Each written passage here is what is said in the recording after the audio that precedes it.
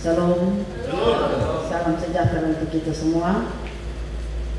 Di sore yang diberkati ini, kalau gereja sore anak muda banyak ya. Bagus, puji Tuhan. Karena itu saya mau baca dari satu perjanjian lama, satu tokoh perempuan yang hebat. Dia menjadi satu tokoh yang memberi inspirasi bagi banyak wanita dari zaman ke zaman. Wanita perintis jalan lahirnya Yesus, padahal dari bangsa kafir, bukan bangsa pilihan, tapi dia bisa menerobos, tembus untuk menjadi satu catatan sejarah kekristenan yang dari zaman ke zaman terus dibicarakan dia. Perempuan yang hebat. Saya ambil dari kisah Rut 1 ayatnya yang ke-22. Saya baca. Demikian Naomi pulang bersama-sama dengan Rut, perempuan Moab, menantunya yang turut pulang dari daerah Moab, dan sampai mereka di Bethlehem pada permulaan menuai Seleh. Saya kasih satu tema, berjalan sampai tujuan. Ini anak-anak muda banyak. Jadi kalian harus punya satu prinsip dalam menjalani iman kekristenan. Saya harap tetap berjalan sampai tujuan. Kalau mandek di tengah, hilang dalam perjalanan, kasihan. Tapi kita akan belajar dari Rut dengan komitmennya yang luar biasa itu, bagaimana dia berjalan sampai kepada tujuan. Karena kita punya hidup ini diibaratkan sebuah perjalanan menuju tujuan akhir yang bahagia. Ada amin kok? Di dunia ini kita susah sekali, banyak masalah, banyak persoalan. Tapi bertemu iman harus tetap teguh bahwa kita lagi berjalan menuju kepada satu tujuan yang pasti. Bahwa nanti di sana tuh sana ada air mata, sana ada susah, tapi ada bahagia. Itu tujuan akhir dari ketemu hidup ya. Jadi kita lihat dari kitab Rut ini, di situ ada nama 3 perempuan yang bernama ya di situ. Jadi saya bilang, oh iya, Rut ini dia tulis 3 perempuan yang ada di dalam yang punya cerita. Yang pertama itu Naomi. Dan pembacaan ini kita lihat kisah Naomi setelah dia dihantam badai yang besar ketika waktu di Bethlehem. Ada satu masalah besar di situ, katanya lagi musim paceklik. Lalu dia bersama suami dan kedua anaknya keluar dari sana. Mereka pergi ke satu daerah namanya Moab, tinggal di situ. Sampai di sana selama 10 tahun.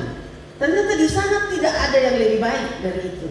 Yang diharapkan, suaminya meninggal, anak-anaknya menikah dengan perempuan di negeri itu.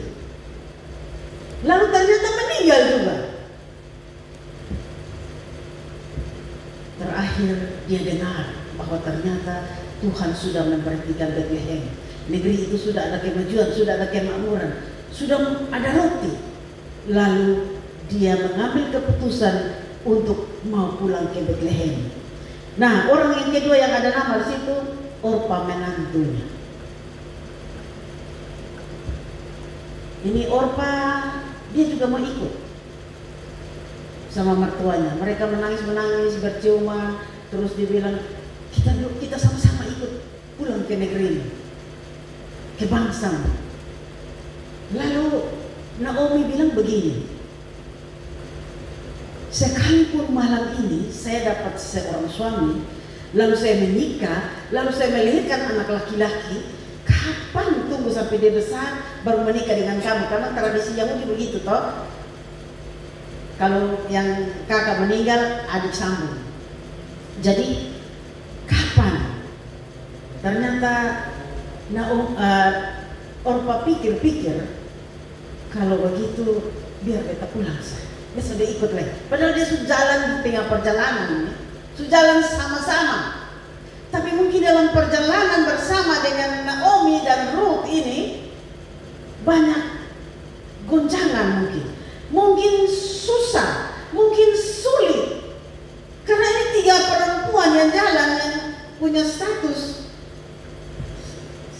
sama-sama janda, tapi satu janda tua, satu janda muda. Jadi terakhir Orpa ambil keputusan berbalik. Kadang-kadang ketemu perjalanan kekristenan begitu ya, banyak ketemu orang yang sudah jalan-jalan, tiba-tiba berbalik. Baru saya lihat di YouTube itu sapatan yang dia kentut Alkitab terus dia mati. Beta pikir mungkin di anak lo lihat itu sebagai satu cerita, karena anak perempuannya itu ternyata cinta Tuhan. Nah di anak laki-laki katanya dia paling rajin gereja, aktif pemuda, tahu baca Alkitab. Ternyata dia menjadi mualaf yang hebat dan dia sangat menentang Alkitab. Jadi saya pikir ini kayak Orpa juga, sujalan bukan sudah tahu Alkitab, mengerti baca, dia pemimpin pemuda, tapi ternyata dia berbalik. Nah, saya dengar lagi di kesaksian Yusuf Roni, dia waktu di penjara, dia diadili dulu toh, jadi hakim tanya dia, kenapa kau jadi Kristen? Dia bilang, karena baca Alkitab. Baca di mana yang bikin kau jadi Kristen? Terus dia bilang di Yohanes 1. Jadi dia bantu, dia buka, dikasih Pak Hakim baca. Dia bilang, terus Pak Hakim baca, oh jadi kau baca ini ayat langsung kau jadi Kristen. Pada mulanya adalah firman, firman itu bersama-sama dengan Allah, dan firman itu adalah Allah. Gara-gara itu ayat dia ambil keputusan jadi Kristen. Lalu Pak Hakim bilang gini, saya baca tapi saya tidak jadi Kristen. Bagaimana kau baca kau jadi Kristen? Jadi dia bilang begini, oh beda Pak, saya kan dipilih, Bapak kan tidak dipilih. Jadi memang saya baca, saya bertobat, saya jadi Kristen karena saya memang orang pilihan. Kalau Bapak kan tidak dipilih, beda dong. Jadi saya pikir kekristenan itu adalah anugerah Tuhan. Bukan karena kita berbuat baik, kita sudah jalan sama-sama dengan Naomi sampai tengah jalan menanggung sukar sulit, tetapi kita tidak bertahan dan kita berbalik.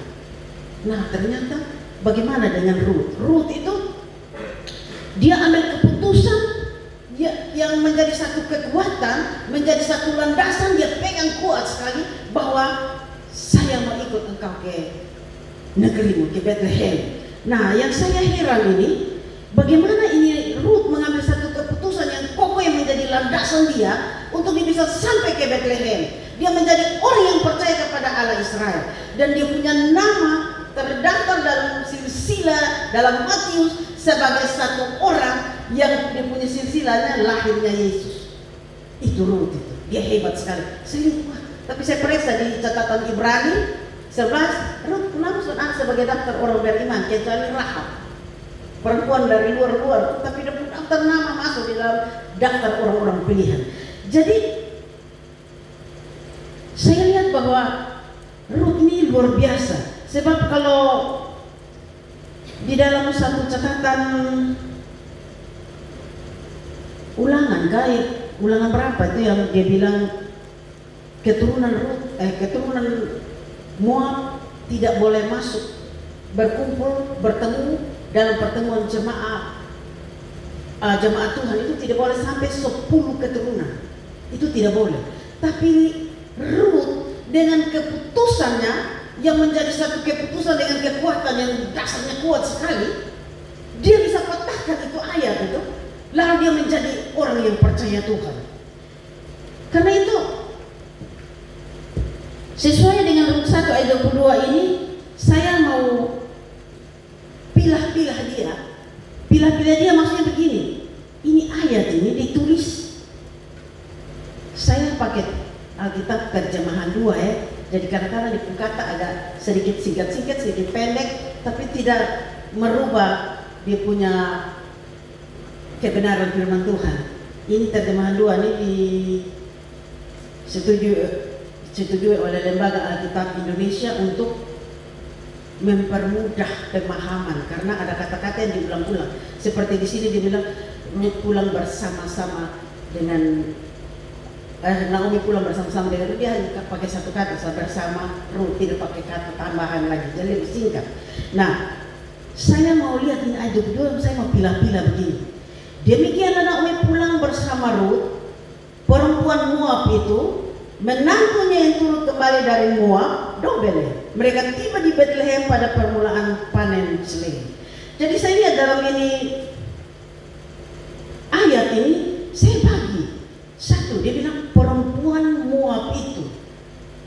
Saya bilang ini punya karakter atau kepribadian. Kita orang perempuan juga kadang bilang dasar perempuan rote. Itu maksud tahu. Oh, tipu watak orang rote itu begitu. Betul kan biasa bilang begitu. Ih, memang orang rote itu dasar tuh. Itu berbicara tentang nembung kepribadian, nembung karakter. Ini ayat ditulis begitu. Jadi dol perempuan Moab itu menantu dari daerah Moab. So tahu kalau itu perempuan Moab berarti dari daerah Moab. Perempuan rote itu pasti dari rote, mungkin bukan dari Sumba.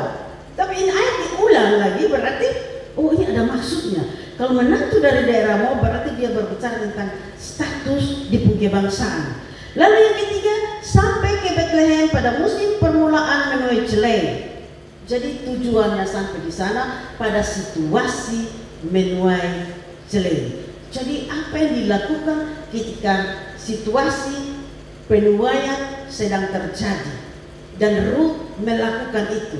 Kalau saya bilang Naomi hebat. Kalau dia pulang sampai ke Bethlehem, dia bawa satu berkas yang luar biasa. Ruth, karena dari Ruth ini bangsa Israel punya kejayaan, itu dia melahirkan satu raja besar, di mana Israel mengalami kerajaan yang hebat itu di zaman Daud dan Salomo. Ini dari garis keturunan Ruth ini, satu berkas yang luar biasa. Ketemu pulang bawa berkas apa? So ada jiwa kok ketemu hidup ini pergaulan karmana. Oh, nah sekarang kita belajar dari Ruth ini. Ini Ruth memang dia, saya kagum sekali dia. Karena wanita yang memberi inspirasi untuk setiap wanita untuk lihat bahwa kita punya masalah kelahiran, kita ini tidak ditentukan. Kita kalau saya ya pernah dalam satu situasi, ini coba kok kita lahir di kerajaan Inggris, bangun selusa di dapur, cari bawang, berkupas, kerja, bermasak, berdiri setengah mati, cuci pakaian. Kan ada orang petugas kepala dapur yang atas itu beta duduk sampai nyonya besar dan tahu bertitak saja dan semua beres. Itu kan saling bisa menentukan beta kelahiran. Beta lahir di keluarga mana, di bangsa mana, itu takdir. Tapi keputusan untuk menjadi Kristen adalah keputusan kita sendiri. Ada amin? Jadi menjadi kekristenan itu kita punya pilihan. Ruth memilih untuk saya mau ke Bethlehem, untuk ikut engkau. Dia punya komitmen ini yang membuat itu ayat ulangan, saya lupa ulangan berapa ya, yang tidak boleh masuk jemaat Tuhan sampai 10 generasi. Ulangan 23 ayat. Ada catat tapi terselip di mana? Oh, ulangan 23 ayat 3. Moab keturunan yang ke-10 tidak boleh masuk jemaat Tuhan. Bayangkan dia bisa patahkan itu. Ayat itu untuk ditembus. Nah sekarang bagaimana cara wanita hebat yang inspiratif ini untuk dia bisa patahkan itu? Ayat yang pertama dimulai dari begini. Kan kita sudah tahu ada dua berjalan. Orpa sudah kembali sepulang, jadi tinggal 2 orang yang berjalan. 2 orang yang berjalan sama-sama perempuan, sama-sama janda, satu tua, satu muda. Kebangsaan beda, satu bangsa Israel, satu bangsa Moab. Ini sudah cocok karena saling boleh. Kalau sampai di sana juga, Ruth, lu tidak bisa masuk beta pun gereja, beta pun tempat pertemuan, lu sudah boleh. Ini hukum, larangan. Tapi 3 hal yang membuat Ruth itu tembus, patahkan ini ayat pertama dia bilang begini. Kita lihat di ayat yang ke-16. Tetapi Ruth berkata, jangan desak aku meninggalkan engkau untuk pulang dan tidak mengikutimu. Kemanapun engkau pergi, ke situ aku pergi. Dimanapun engkau bermalam, di situ aku bermalam. Bangsamulah bangsaku dan Allahmu Allahku. Jadi dia pertama dia bilang begini, jangan desak aku pulang. Kau tidur di mana, aku tidur di situ. Kau mati di mana, aku mati di situ.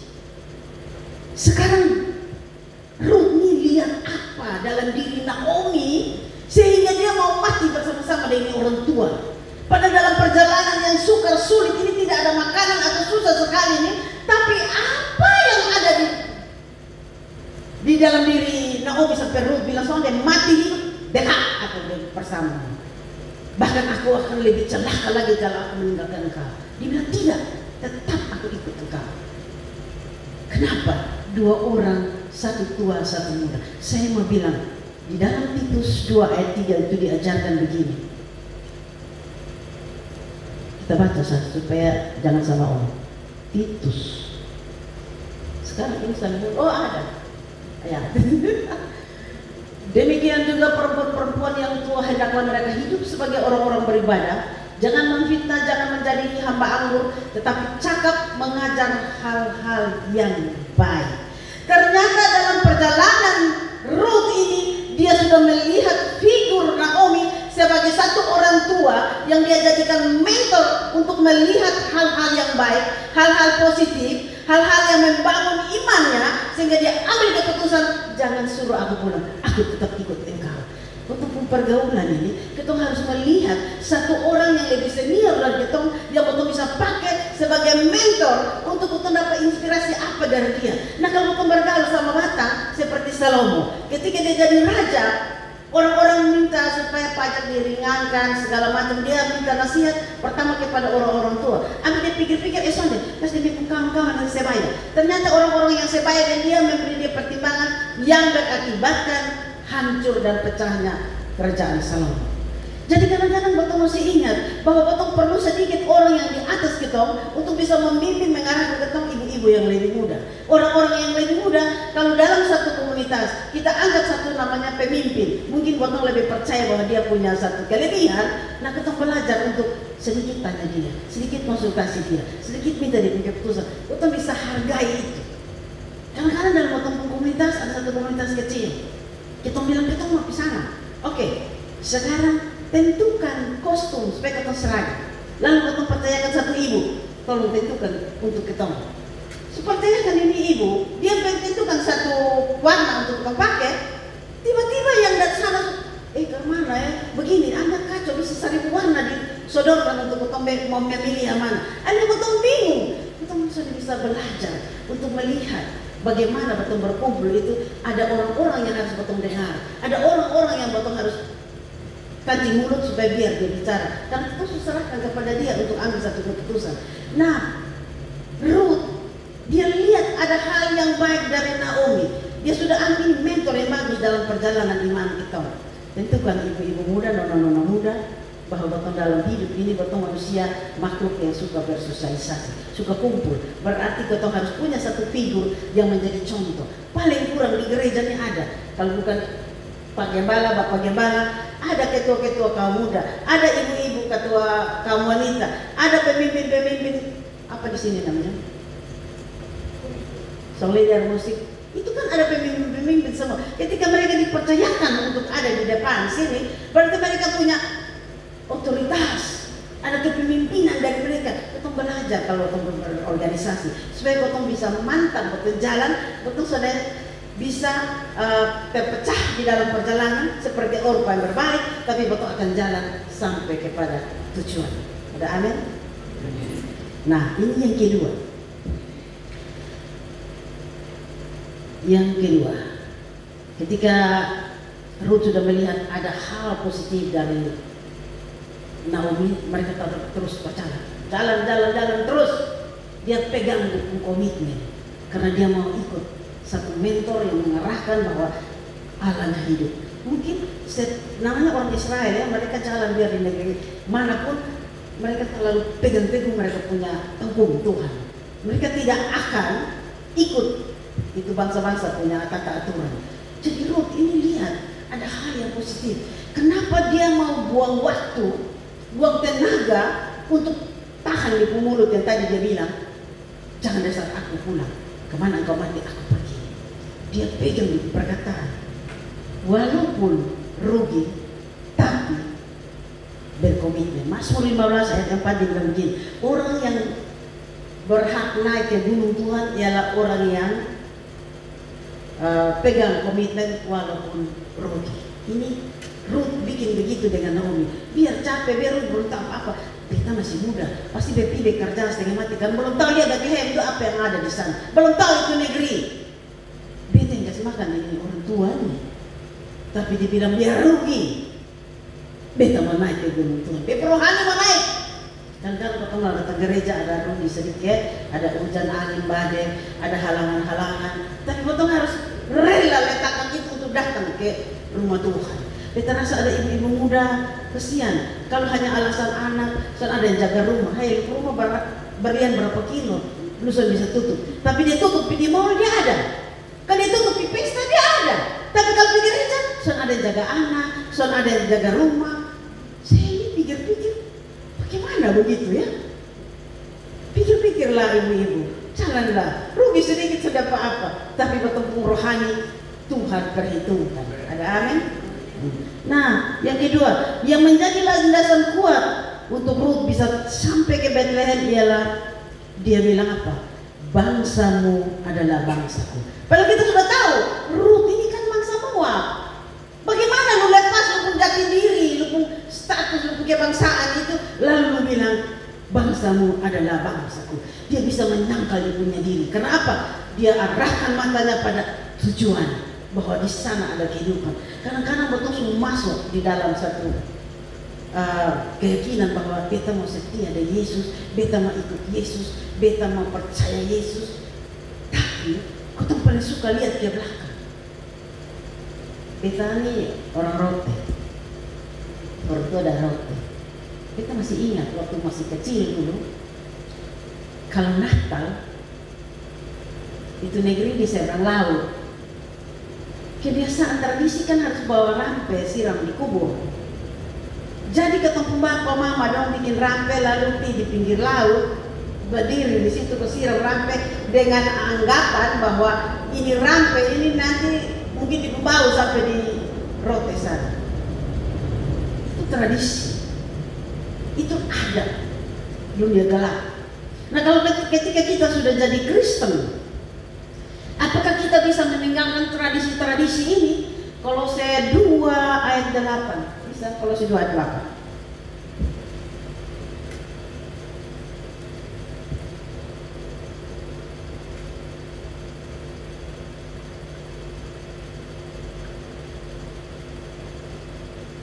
Kolose 2 ayat 8. Hati-hatilah supaya jangan ada yang menawar kamu dengan filsafatnya yang kosong dan palsu menurut ajaran turun-temurun dan roh-roh dunia, tetapi tidak menurut Kristus.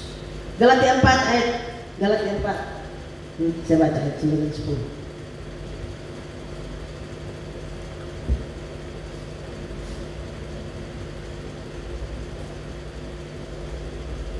Tetapi sekarang sesudah kamu mengenal Allah, atau lebih baik sesudah kamu dikenal Allah, bagaimanakah kamu berbalik lagi kepada roh-roh dunia yang lemah dan miskin dan mau mulai memperhamakan diri lagi kepadanya? Ayat 10. Kamu dengan teliti memelihara hari-hari tertentu, bulan-bulan, masa-masa yang tetap dan tahun-tahun. Jadi ini falsafah dunia. Kalau masuk dalam pikiran kita, tradisi-tradisi adat yang tidak berdasarkan ajaran Kristus, kita pegang terus, kita pakai terus. Jadi ini bulan apa ya? Oh, ini bulan di mana waktu itu di hari lahir. Padahal disemakin. Betul bikin peringatan, bakar lilin. Sekarang saya tanya. Kalau kita bikin peringatan di sini, apa dia di sana dia tahu? Lalu ke kubur, bakar lilin, siram itu minyak wangi. Nah saya tanya, ketika kita bakar lilin, siram minyak wangi, apa dia ada hirup itu minyak wangi? Dia tahu kita ada bakar lilin, dia tahu?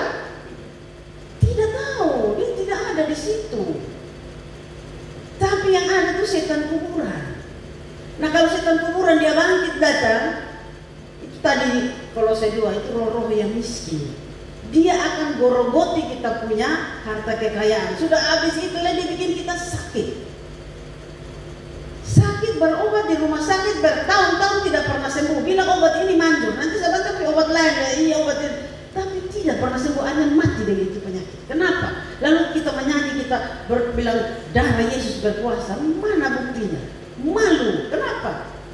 Lalu ikut ini, kan waktu Tuhan itu bisa ya, bisa tidak. Kenapa kau pilih waktu yang tidak? Di Lukas 13:18 kayak perumpamaan tentang Tuhan ajar supaya itu janda miskin, supaya kita tetap jemu-jemu berdoa. Ada ayat satu dia bilang, orang pilihan itu dia kalau berdoa Tuhan langsung jawab. Nah kalau kita ada di luar, inilah masalahnya.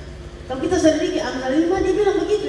Dia gambarkan satu hubungan dengan Tuhan itu seperti hubungan kekasih. Kalau kita menyimpang dari jalan Tuhan berarti kita selingkuh, kita menyimpang. Dia gambarkan itu seperti perempuan pelacur, perempuan pesina. Nah kalau perempuan pesina hasilnya harta kekayaanmu akan dirampok dan tubuhmu akan hancur karena dengan sakit penyakit. Jadi saya mengerti, oh ternyata ini ya kesalahan kita.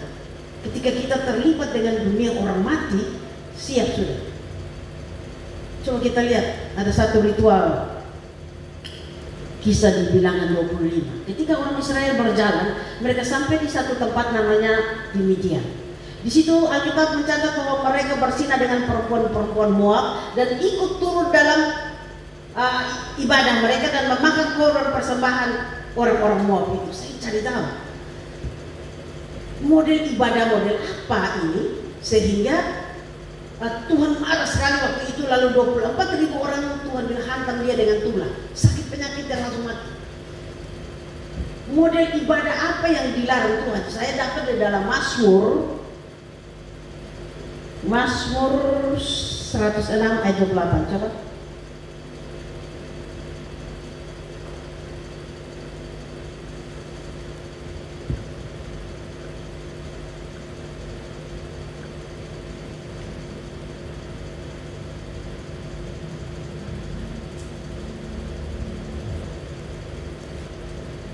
Mazmur 106 cepat tuh. 106 saya.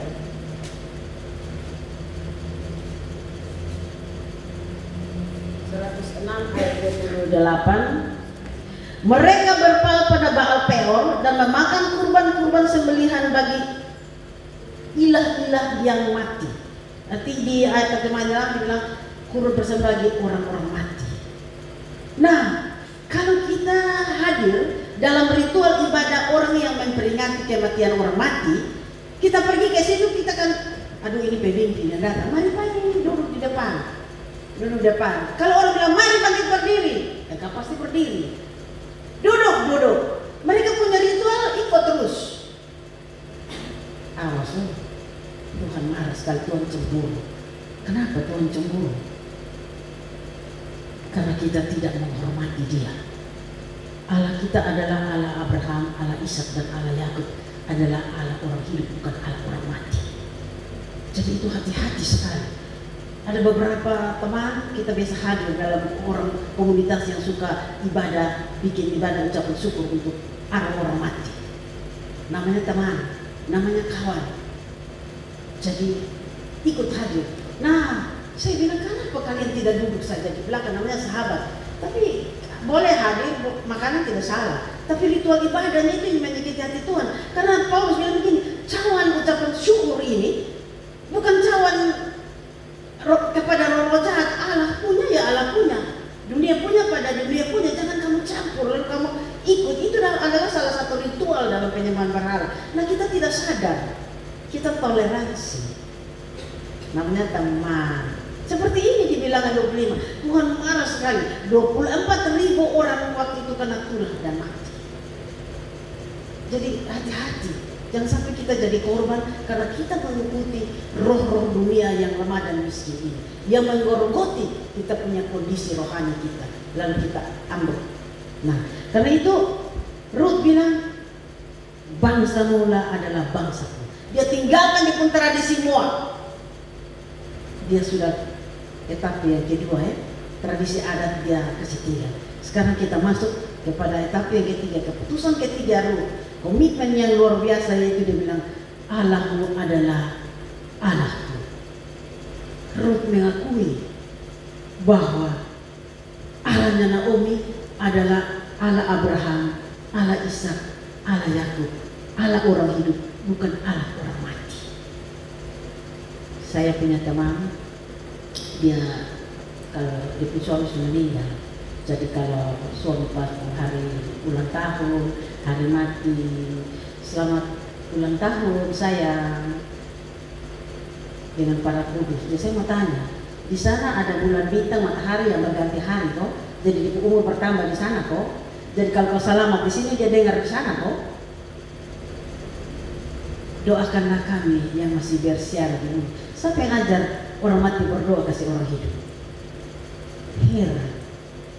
Kalau Anda mau sampai ke Bethlehem, belajar dari Ruth. Dia punya mentor yang lain.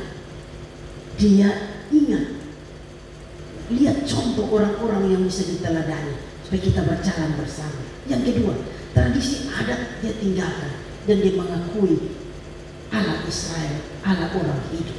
Kalau kita mengakui Allah hidup, pasti kita hidup. Tapi kalau tidak, masih gabung-gabung, masih campur-campur, sebentar pergi terang, sebentar pergi gelap, tanggung berisiko. Mari kita belajar dari Ruth. Ketika dia memberi keputusan dari pemulut bahwa Allahmu adalah Allahku, kenapa dia ambil keputusan seperti itu? Karena tradisi-tradisi Moab yang selalu berkaitan dengan hal-hal yang mati. Dunia orang mati terikat sekali, dia melepas.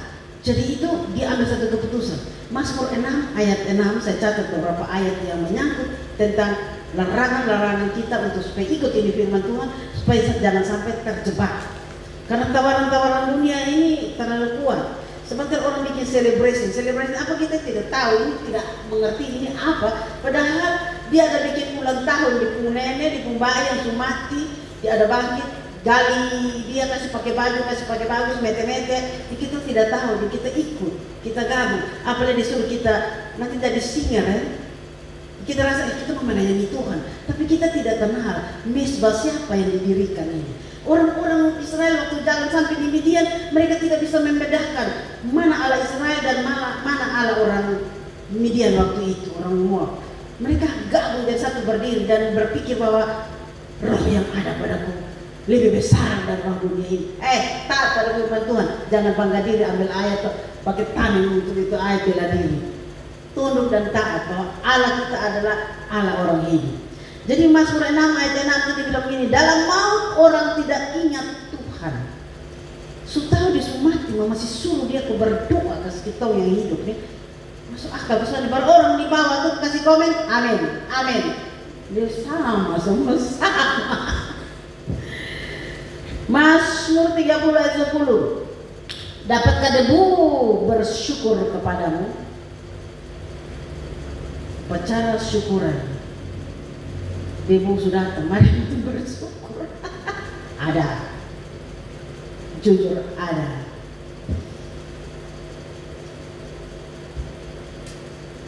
Mazmur 88 ayat 11. Masakan arwah bangkit dan bersyukur. Kita mengingat-ingat saya ini ayat supaya betul tahu jangan sampai kurang waspada, kurang jaga. Lalu ketika penawaran datang seperti perjalanan orang Israel sampai di Midian, mereka ikut dan Tuhan marah sekali. Mazmur 115 ayat 17, bukan orang mati memuji Tuhan. Kita punya acara dulu gabung, ya dari kami. Ya ada gabungan beberapa kelompok. Saya pikir ada yang susingan dia bilang, yang penting beta mau melayani Tuhan menabung. Itu mesbah siapa tuh? Itu mesbah 3 raja besar di situ yang bertolak belakang. Kita tidak bisa samakan Yesus dengan yang lain. Yesus itu yang paling unggul, satu-satunya dia. Jadi kalau dia saja, jangan tambah dengan yang lain. Baru kita toleransi. Toleransi sangat bertentangan dengan iman Kristiani. Karena Yesus satu-satunya jalan dan hidup. Tidak ada jalan lain. Jadi jangan sama ratakan. Bedakan itu. Ketika Ruth tahu membedakan itu, dia bilang, Allahmu adalah Allahku. 3 komitmen ini yang membawa dia sampai ke Bethlehem. Bethlehem artinya rumah roti. Kalau kita punya komitmen seperti Ruth, percayalah kita datang ibadah ini bukan sekedar beragama, bukan sekedar store muka, tapi kita datang, kita akan ketemu dengan roti hidup. Kalau kita makan roti hidup, Tuhan bilang begini, akulah roti hidup. Kita makan dia akan menjadi darah daging dalam hidup kita. Kita punya karakter akan tidak beda karena kita makan makanan ilahi, makanan rohani yang benar, yang membawa pertumbuhan rohani kita tumbuh dengan benar. Kalau tidak makan salah, jangan sampai ada penyimpangan dalam kita punya tubuh karena kita makan tidak sehat. Kita menyimpang.